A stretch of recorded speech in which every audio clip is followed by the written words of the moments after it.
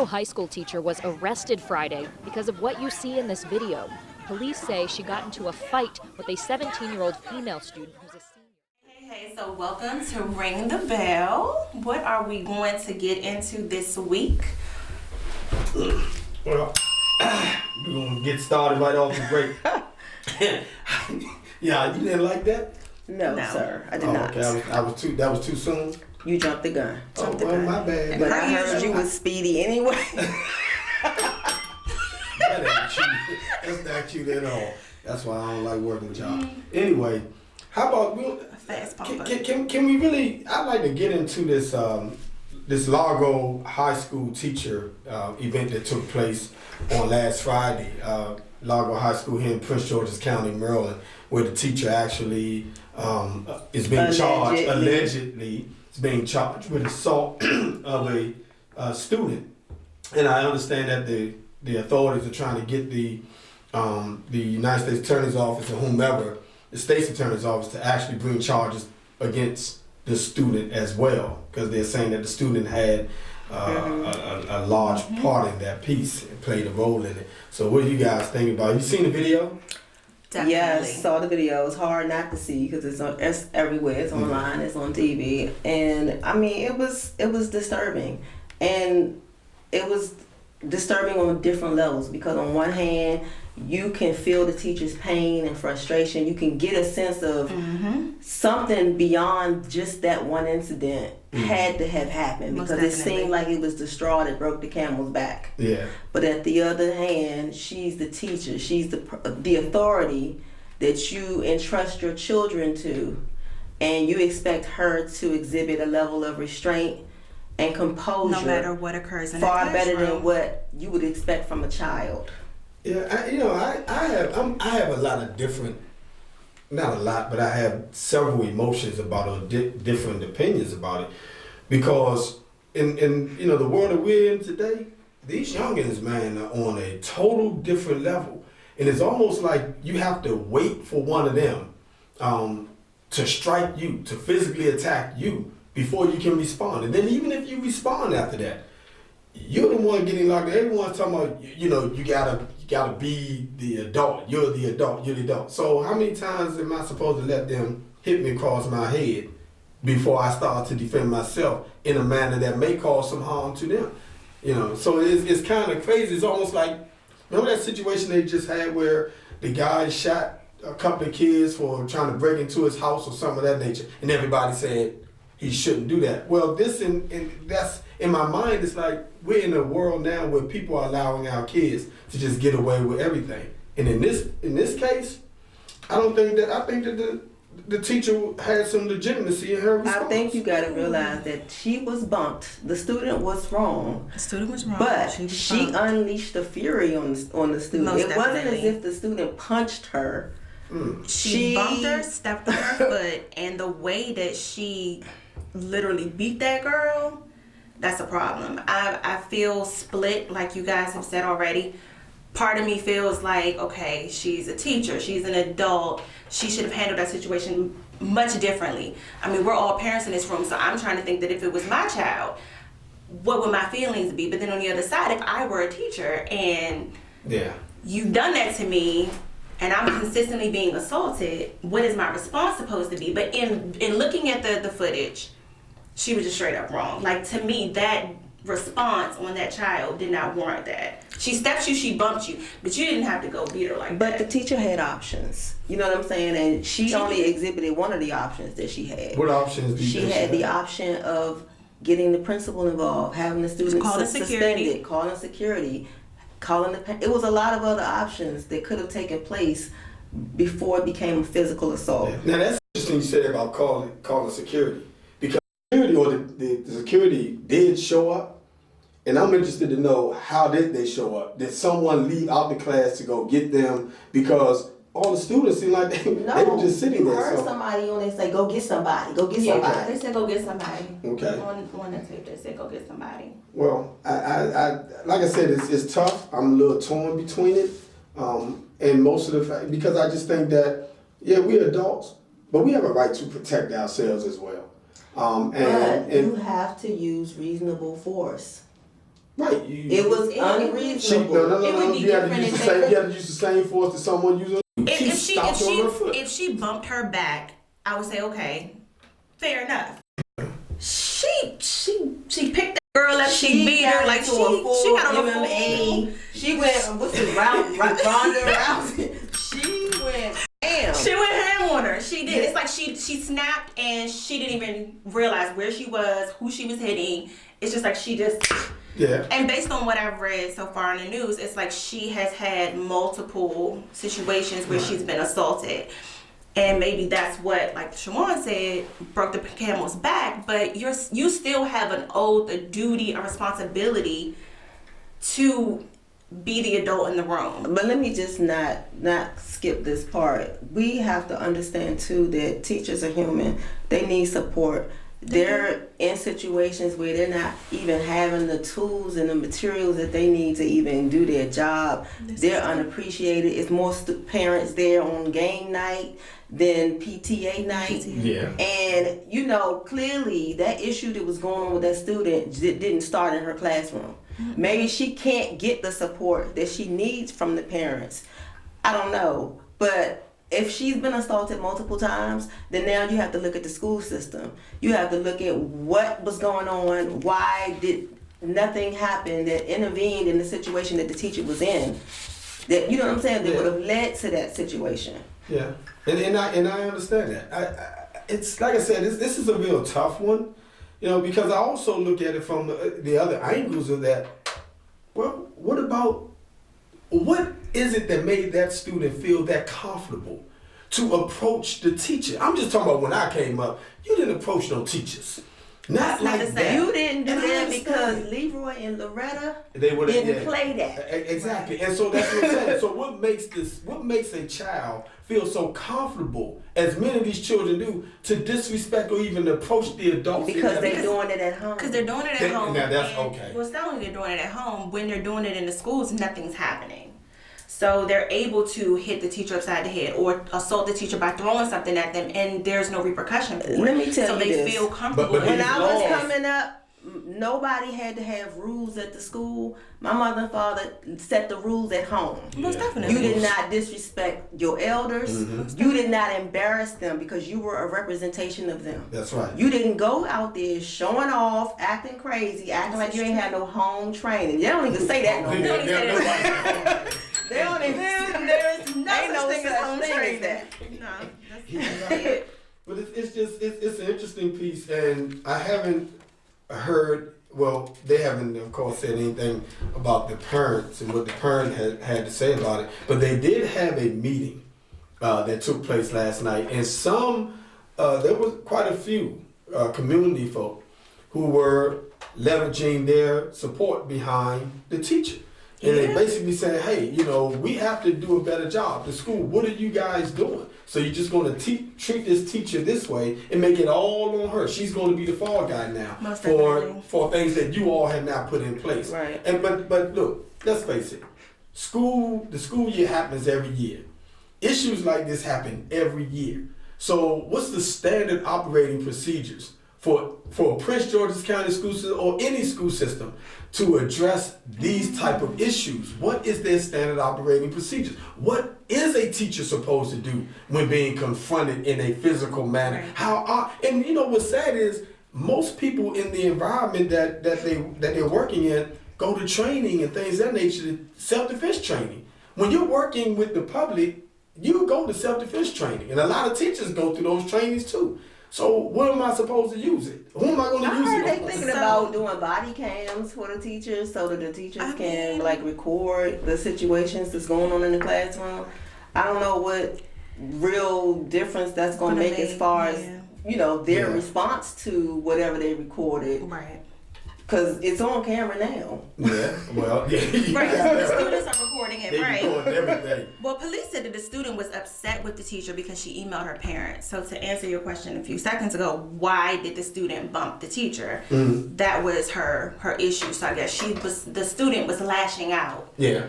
You know, She was actually asking when they were, if you listen to the videotape, the student was asking the teacher why did she call, and the teacher was saying to her, I'm not going to deal with that right now. I'm not going to deal with that. And that's when the student appears as though the student walked up, stepped on her, and then bumped into her with the bag to get by her.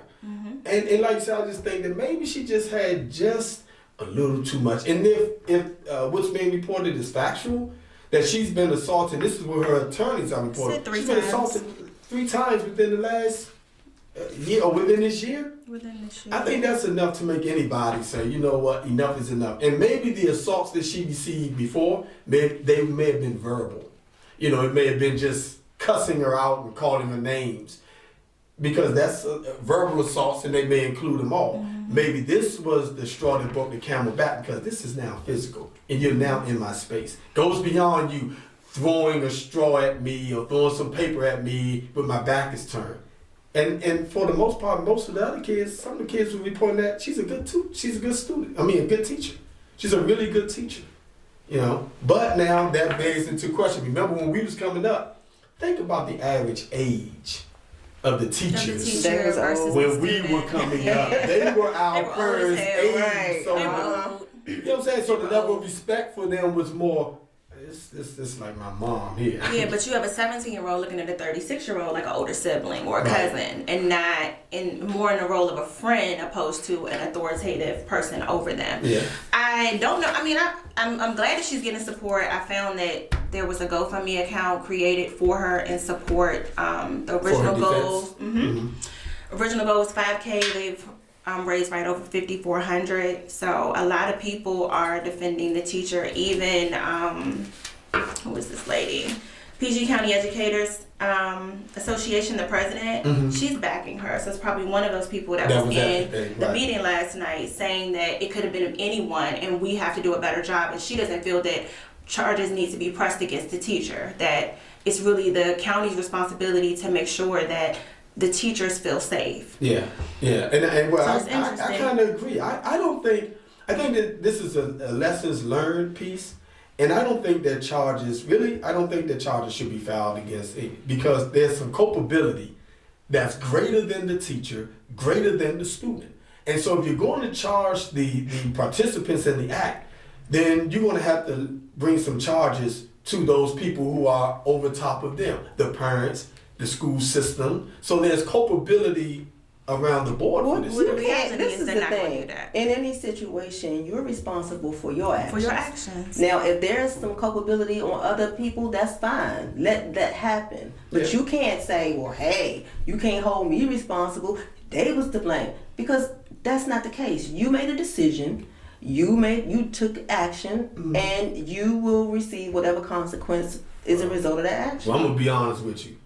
If you put your hands on me, then you're going to get what you call for. I'm not worried about that. That's why you ain't a teacher. Well, you got that right. Because but the one thing I remember from my parents always saying, I don't care nothing about no gender, no age, no race, no color, no creed, no religion, or none of that. If they put their hands on you, you have a right to protect yourself. So you protect yourself as best as you can. And so that's the method that this woman believed she was going to protect herself with. I think she went, did she throw a few uppercuts and overhead? I mean, she straight body slammed her.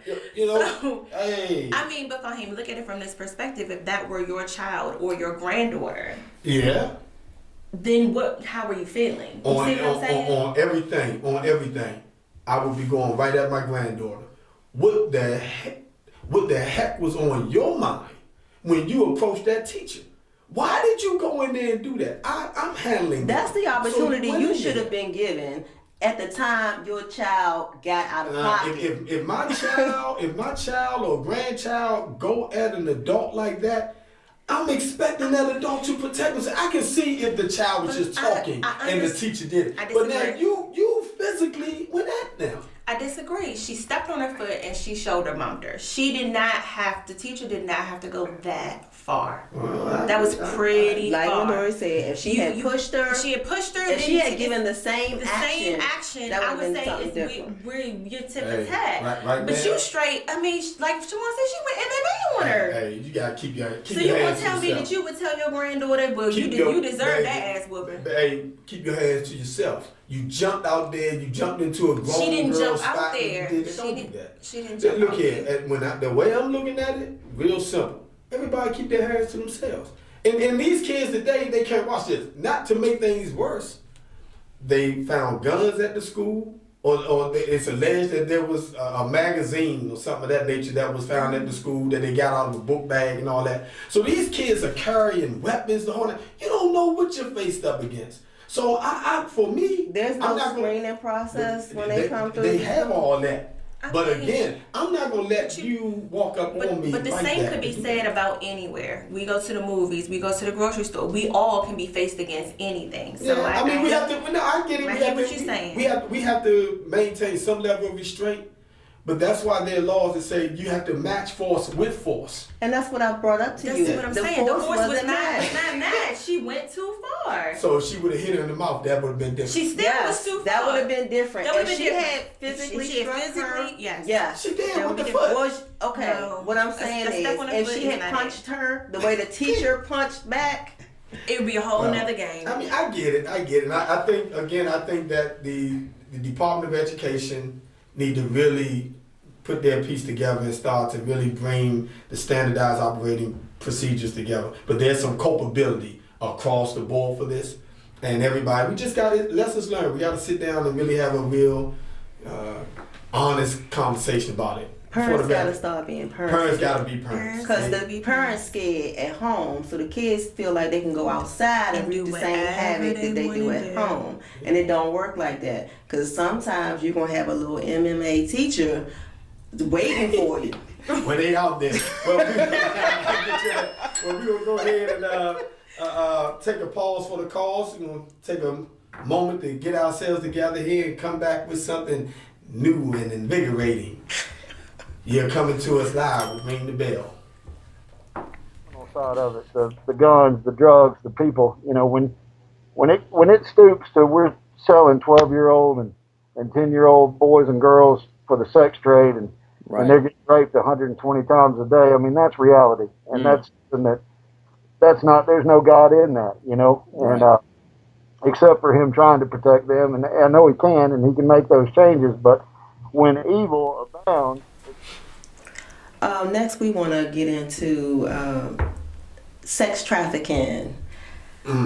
That's been really, really, really heavy lately. I don't know what's going on. It's like everywhere you look, somebody's disappeared. Somebody's trying to snatch somebody. What y'all been seeing about that? Well, you know, it's very interesting because I'm gonna stop saying that because y'all get it. That's your word. It's very interesting. Thank you. Everything Hey, look, very I interesting. apologize. Ooh, sure. But one of the things that takes me back is to I believe it was in the early 90s in Washington, D.C. We had a large contingency of African American or black girls coming up missing. Mm-hmm. And it was just so many, but it wasn't being reported. Mm-hmm. And so I was working with an organization at that particular time in a voluntary capacity. And we actually took the charge to go out and try to find these girls who were missing. Like, you know, take the weekends and things of that nature. We were going up in the woods and all kinds of stuff just to see if we could try to bring some type of closure to some of this stuff, because we had some of the names and things of that nature. And it's even now today, coming up closer to the day, it's more prevalent now than ever. There's some, I don't want to call them black market, but there's some stats out there that are saying that 75,000, approximately 75,000 black women and have been reported missing and things of that nature throughout the United States. Do you think it's more prevalent, or do you think that because of the way information is shared now and how quickly information is shared that you just hear about it more often? Yeah, that, but also how they're actually capturing the information. Because what constitutes someone as being designated as being missing? You know, if you just think about it, how long do you have to wait until you can report a missing person?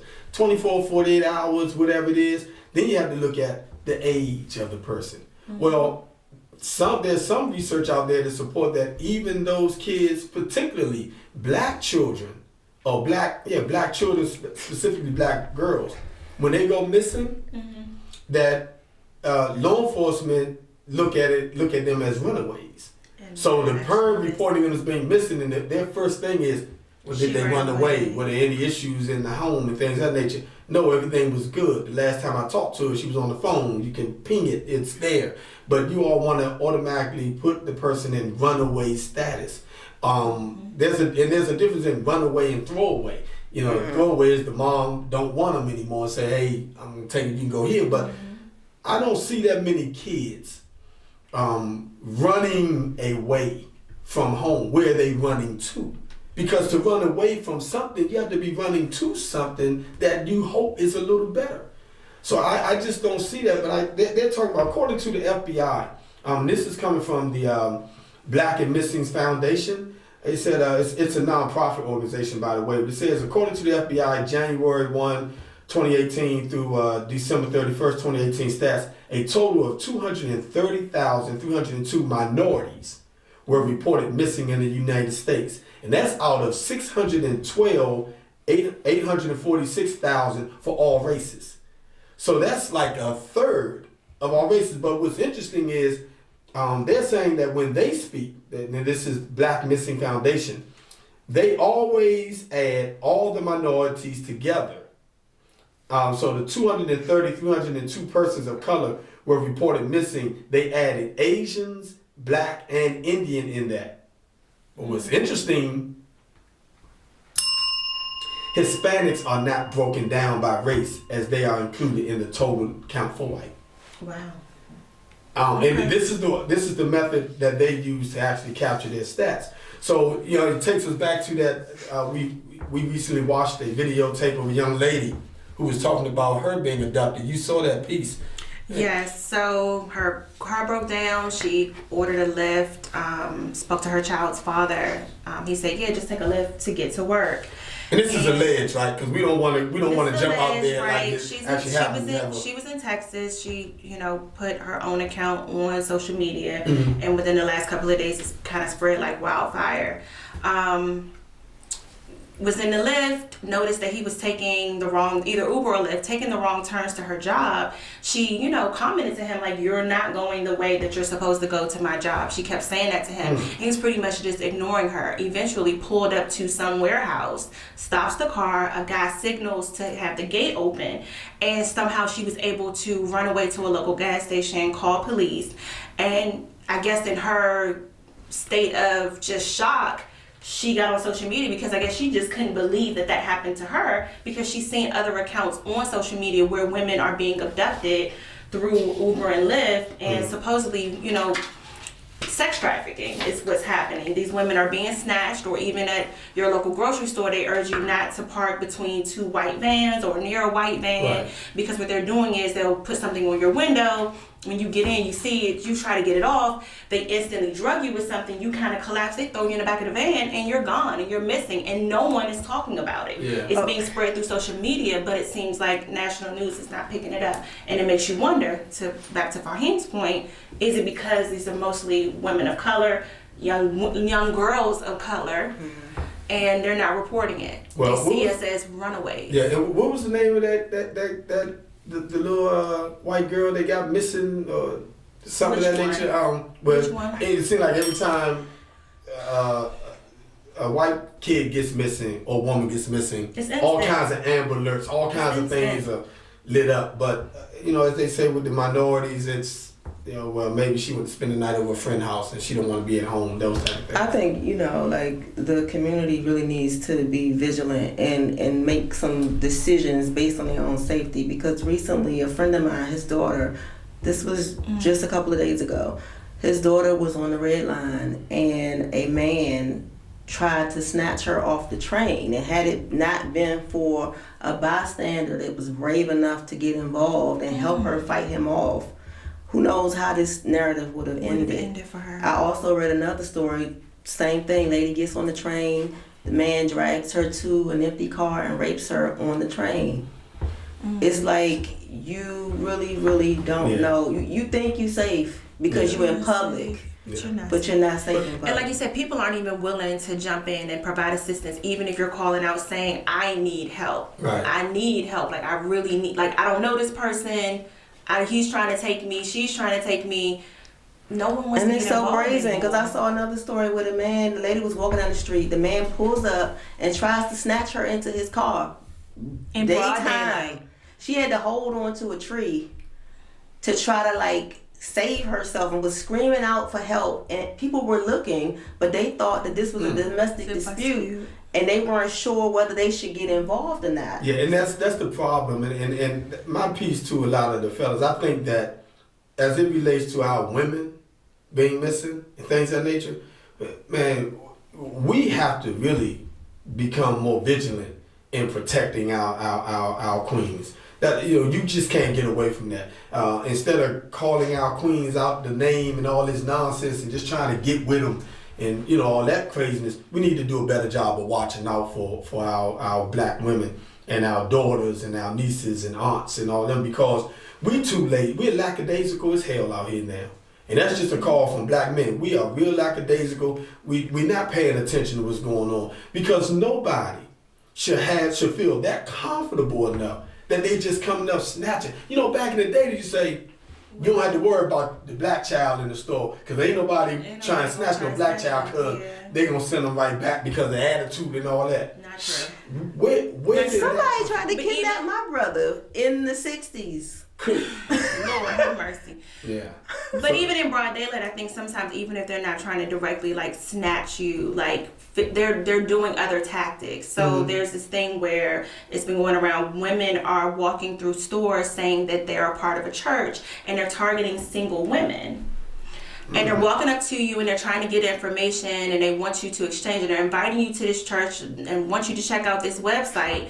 And they're not shopping. They're just walking the store. Soliciting. They're soliciting. And what's crazy is this happened to me. I remember I told you this, Shawan, at the Marshalls by the Costco's in D.C. I'm in the Marshalls. My husband and I, we're walking around. We separate. I see these ladies walking the store talking to people, but I just think they're being friendly.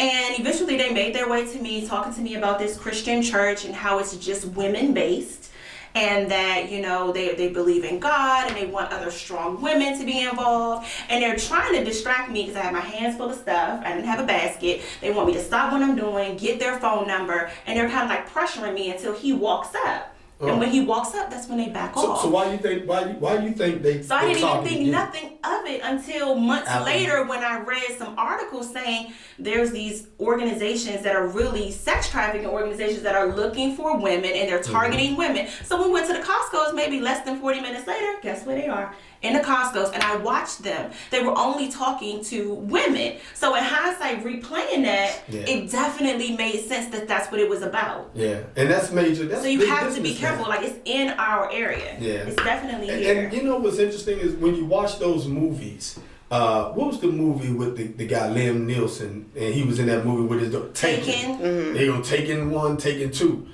You know, if people can conceive these type of thought processes and actually do movies about it, it's because it's actually happening. Right. These aren't movies that they're saying is fiction. This isn't sci-fi. This is legitimate life stuff going on. And somebody's writing about it because they have carnal knowledge about what's going on. Somebody's telling them this is how it's being done. Or you have other people, before you say something, other people that are looking at the movie saying, well, I can do that. It's now a blueprint. So yes, it's a blueprint. It's like, it goes back to say this: art imitate life, what is life imitate art. Yeah. Correct. Yeah. But I wanted to just bring up the fact that, like, although we were talking about sex trafficking, it's like plenty of different types of trafficking. And so it's like generalized under human trafficking. Yeah. Because you have people that are stolen for organs, for work, prostitution, for pornography. I mean, it's a lot of different reasons. But you know, it's legal. But what's crazy about it is I was reading something that says that the selling of human organs, so that when you go back to the human trafficking piece, it's only being done to extract the organs away from them, so they can extract the organ. But there's a piece that says that it is legal to actually sell human body parts. I think you can't sell a heart, you can't sell a brain or a liver, but they can Everything actually, else, you can sell everything on the black else can market. be bartered. And it's crazy because they have people who had, like, you said that your loved one is going to be cremated. Well, the mortician or the funeral home will actually take that piece and say, we're not going to cremate them. Or before we do that, we're going to take the organs out. We'll sell the organs and then cremate the whatever else is remaining. So it's major business. This is a big business. Money. It's $150 billion industry for human trafficking.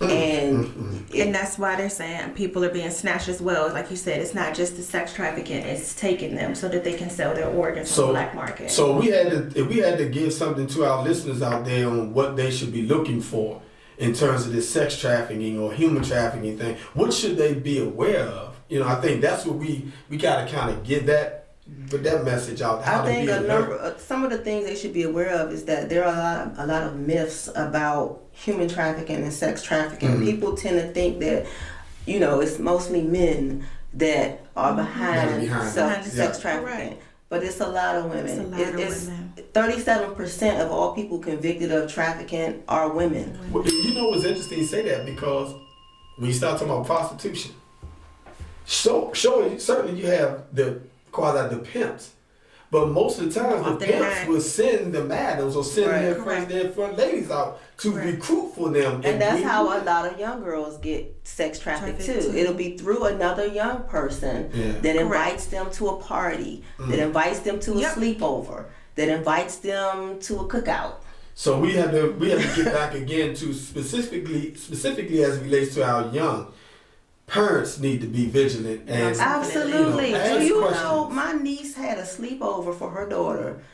8 little girls came. Only one parent even contacted my niece. Oh, that's crazy. They didn't even see where they was dropping her off at. They dropped their kid off at the curb and kept it pushing. They didn't even come inside. And how old they didn't call. She was turning like 13. That's crazy. But I bet if something happened in that household, they'd be the first ones in there talking about somebody. You did this to my child. I think what we have to do is we really have to promote and advocate for awareness. Just social awareness. Be alert. When you go shopping, ladies and men, stop carrying all those bags around when you can't even defend yourself if someone comes up on you. And then if you're going into the mall, my thing would always be this: leave. Get in the car, go maybe shop in 1 or 2 stores, come back, get in the car, and then drive around, go park somewhere else and go in another. Because somebody's following you, the chances of them going and constantly doing this, And speaking of that, they said that women and men, but specifically women for the sex trafficking piece, when, we typically as women, we'll pull up to a store and we'll sit there, we'll check our grocery list, we'll respond to a text message, we'll make a phone call, we fix our makeup. We gotta stop doing that. Immediately get out of the car and make it into the store because there are people watching you. Yeah. And do me another favor while you're at it. And this is something that I tell my wife all the time. I don't care what you do, get out of routine behavior. Yep. Get out of it. I don't care if you come home an hour late because you just driving around. You'll find out if someone's following you, you will know within maybe about 3 or 4 turns. Most people make right turns all day long. If you think somebody's following you, do me a favor. Turn left. And turn left again. And then guess what? Turn left again and then you turn. And see what happens. You gotta be aware. You're definitely right, because if you pay attention to your traffic routine going home or going to work in the morning, you see the same cars because those people are predictable and they go the same route. I'm unfortunately one of those guilty people. Well, people just ask me all the time. My wife say, "Why you always at the barbershop?" I say, well, because I don't want everybody to know exactly where I live. And if we got some people at work that don't like me and they try to follow me, they gonna follow me to the barbershop first. And they'll sit there for about an hour or 2. You know what I'm saying? And if they follow me for the barbershop and follow me home, well then, hey, it is what it is. But even when I go home, I go different routes. I never go the same route. I try my best to not go the same route home. Yep. When I leave here from y'all, after we do these shows, I'm going to just go the same way. I may follow one of y'all for a minute to make sure ain't nobody following you. Yes. It's just that type of thing because, when the night comes and fall, I want to make sure that y'all all right too. Amen. So, since y'all, Bill ain't calling, y'all make sure I guess I have to do it. Wow. Let's do that out there. You tried it. You tried Y'all it. been here already. Y'all phones ain't buzzed since you been here. Lies. I had to have a conversation with my brothers. Lies.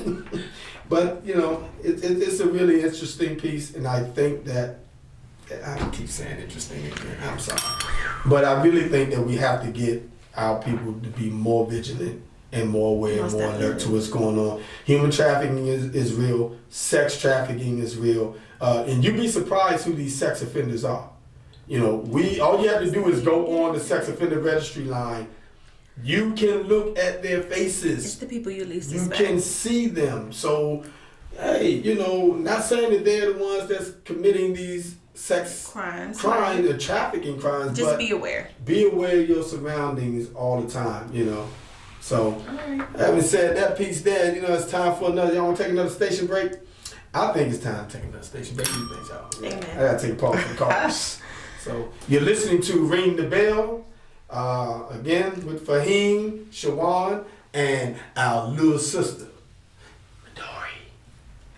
You can cut that We'll part be right out. back. We have yearly trips to the gynecologist to check her hymen. Oh, okay. T.I. admits to attending his 18-year-old daughter Deja's OBGYN appointments to make sure she's still a virgin. Just check the hymen, please, and give me back my results. Yep, you heard that right. T.I. is clearly one protective father. All right, guys. So, welcome back. I want to get into the topic of T.I. and his daughter and taking her to the gynecologist for his. I think T.I. stands for two involved. Most definitely. Hey, Tip, man, So I'm with you, he Jan. is going to, for whoever doesn't know, which I doubt that they don't, taking his daughter supposedly for the last 2 to 3 years to the gynecologist for their visit, which he's really calling his visit. He might want to be taking Tiny in there to see what's going on there. Well, then there's that. But he's taking her in and he's asking the doctor to check her hymen to make sure that she is still a virgin. And of course, based on his response on that podcast, the doctor is like, I'm not authorized. I can't speak to him about your stuff. And he's asking the daughter like, oh no. He's adamant about it. He's like, oh no, she cool with me knowing this. So what's she supposed to say? It's like you bullied her into. Because if she wanted to say no, it's like... First of all, she should not have been asked that question in the presence of her father. Most definitely. She should have been privately consulted with her physician to find out if it was her true intention to even expose that information to her father. I don't even think that was her true intention. It appears that it's something that he wants to know to make sure that his daughter is still pure. Well, man, y'all had to see some of them, what they call them, memes that were going around. Memes. Oh my God, people been saying, he worrying about his daughter, but he checking the hymen. He may be checking the wrong office. I mean, people are cruel. Social media vicious. Social media talking about. I'm trying to figure out what you're gonna do with the information. That's why that's why she working the mouth in the other part of the body. You gotta slow down, champ. But I think that's a part of, to be honest, I think it's a part of control. From a father to a daughter, it's a part of that control, and I'm not yet ready to let go, because remember, he's in the entertainment business. So he's in a business where young women are always being had, are always being abused. And some of them are being had and abused by his sons. By his sons, correct, because they're saying that even on his show, the son admitted that he was having sex and there was no, backlash from T.I. about, you shouldn't be out here doing. So it's essentially a double standard. Yeah, but don't you think that's more acceptable in the community that young boys will lose their virginity far earlier than the women? No. I mean, well, think about it. Now, it's interesting that you may have young boys losing their virginity or being it's more acceptable. You all are considered adults and grown when you hit 18. But the men, the boys, they're boys until the age of 21. Go figure. Now we want to talk about it. Let's have that. Let's talk about the fact that the average boy has his first sexual encounter by the time he's 8 years old. So we're not even talking about 21. We talking about the babysitter. We talking about mama's good girlfriend, Miss Shirley, that's watching y'all while she at work. Or the uncle so-and-so, who is really her boyfriend, and he's taking advantage of the little boy. And sometimes the daughter too.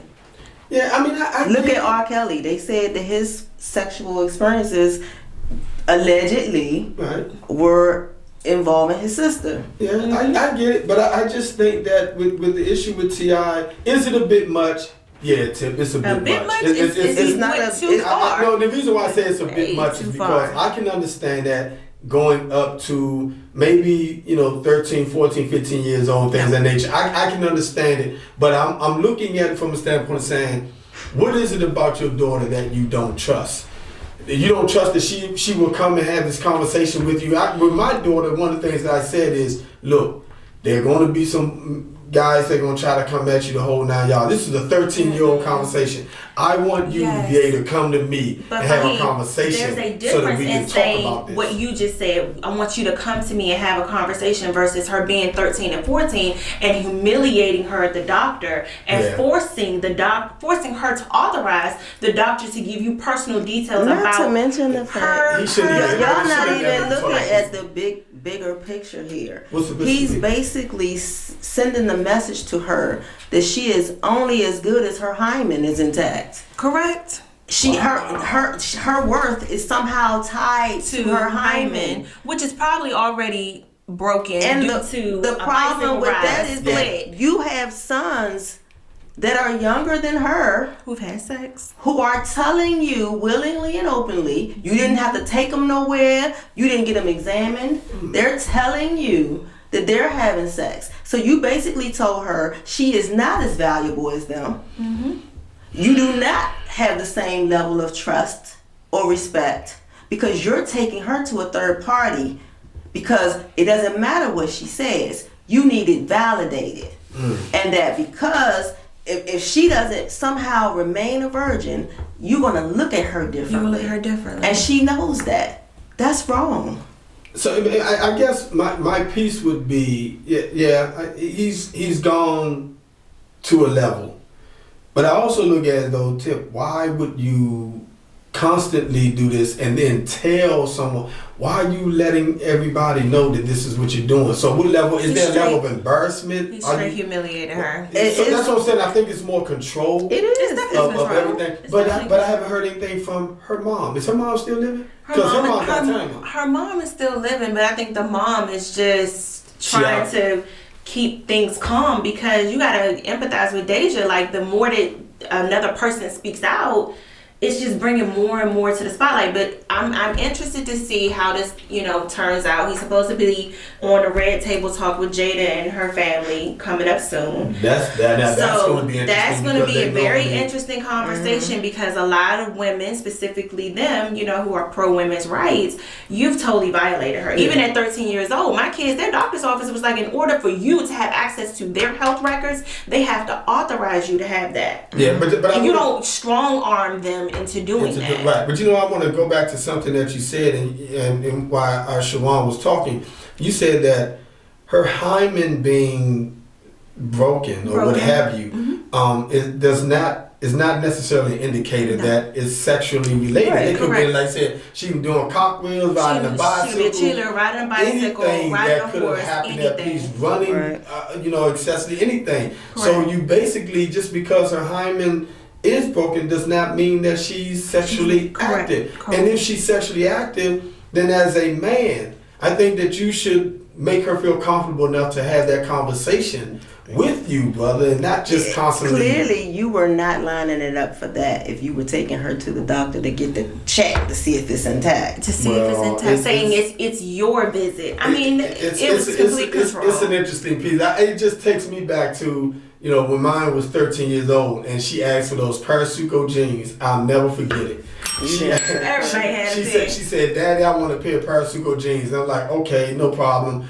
let's go and get her. I had really no idea about no parachute jeans. So we go out to the mall and everything, and I knew my baby was a nice little Bama, cause she walking with me, her feet going out like this. She ain't slew-footed. She was then at 13. She was doing this and she walking her head to me. And so we going up to the mall and everything. And when we went in there, she went and got the brightest pair of parasuco jeans, them bright yellow joints. And I looked at them joints like, what I say, okay, I say, Tiana, you can't fit these pants. Look at them, the sleeves, the legs was about as small as my arm. She said, Daddy, they stretch jeans. I say, stretch? I said, okay, we'll go ahead and put them on. She went in there and tried them on and she hollered. She said, Daddy, they fit. I said, no, come on outside. She walked out that jump. I was like, the sales lady say, oh man, don't she look cute? I said, cute. I dropped my keys. I said, Tiana, pick them keys up. She bent down. I said, man, you see that's no. Everything just went like, not my baby. So I told her, I went over there and got a pair of little Calvin Kleins. I popped, say, Pop, what's wrong with these? Man, I don't want them. But what got me, the reason why I told her story is because the one thing I said to her was, to myself, I have to train her up to be prepared for this stuff. I have to tell her the truth. I gotta talk to her. I gotta make her feel comfortable to come to me. You know, when she goes into that world. But I'm gonna train her up to be all right. I need to have confidence in her. So I ain't gonna be tree boxing that move. I gotta talk to her. And that's what happened. So T.I., brother, I think if you haven't done it, you need to talk a little more. Allow your daughter to have just a little bit of space. She's going into womanhood.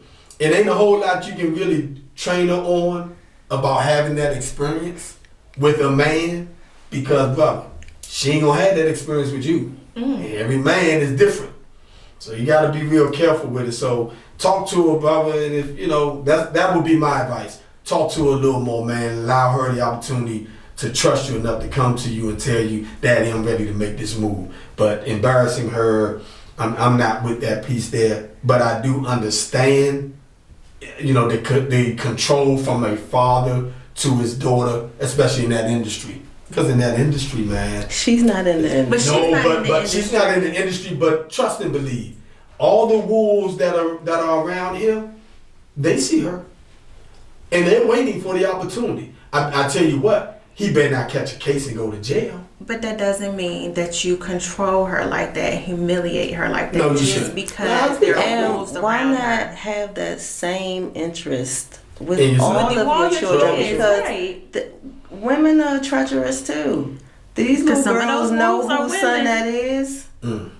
And they're grown women that's coming after those. So in other words, y'all saying the young women are waiting to get impregnated by... They getting it wherever they can get it from. Daddy giving it out hand over fist, but if they can get one of the sons, that's just as good. That's just as good. It out like that?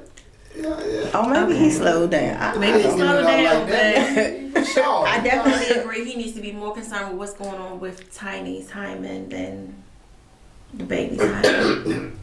Maybe she ain't got no more Hymen. I don't know. Well, I'm not gonna go through all that, but all I'm saying is I get it. Maybe not. But to a lot of the fellas out there and to the women, I think it's just you gotta talk to your children a little more. We have to be real open and honest with them and let them have a conversation. Let them talk about their feelings. Not like back in our days when your parents say you ain't got no damn feelings. They do have feelings. They have emotions. And we have to let them have that. Because I think that when you start talking about the causal factors behind why he's doing it, I think that it's the control piece, and he's trying to protect her. He's trying to avoid his own karma.